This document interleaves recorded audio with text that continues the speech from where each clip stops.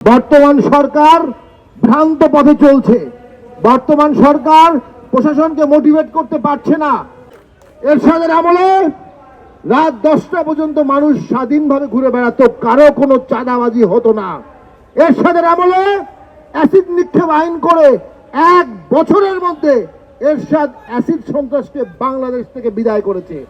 এরশাদের আমলে নারীদের পারিবারিক আদালতের জন্য বিনামূল্যে মামলা করার জন্য এরশাদ মুসলিম ফ্যামিলি অর্ডিন্যান্স 1985 করেছিল। এদেশের যত সংস্কার, যত বিকেন্দ্রীকরণ, যত আইনের শাসন, সবচেয়ে ভালো এক্সাম্পল গুলো ছিল এরশাদের আমলে। আমরা মনে করি বর্তমান সরকার ভ্রান্ত পথে চলছে। বর্তমান সরকার প্রশাসনকে মোটিভেট করতে পারছে না।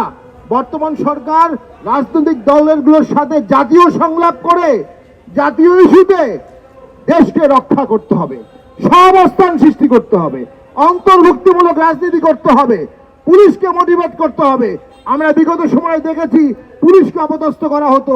আজকে সেই পুলিশকে দিয়ে আপনি দেশ চালাতে পারছেন না, কারণ পুলিশকে অপমান করা হয়েছে, প্রশাসনকে অপমান করা হয়েছে, মব দিয়ে তাদেরকে চাকরিচ্যুত করা হয়েছে, মব দিয়ে তাদের পোশাকে থাকা অবস্থায় পোশাক ছিঁড়ে ফেলা হয়েছে।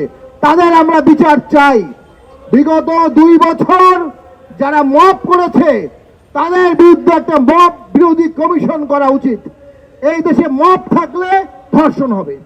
আমরা মনে করি এই সমস্ত অন্যায়ের বিচার যদি না করা হয়, অপরাধীরা অপরাধের প্রবণতা বাড়বে এবং রাষ্ট্রীয় কাঠামো ভেঙে পড়বে।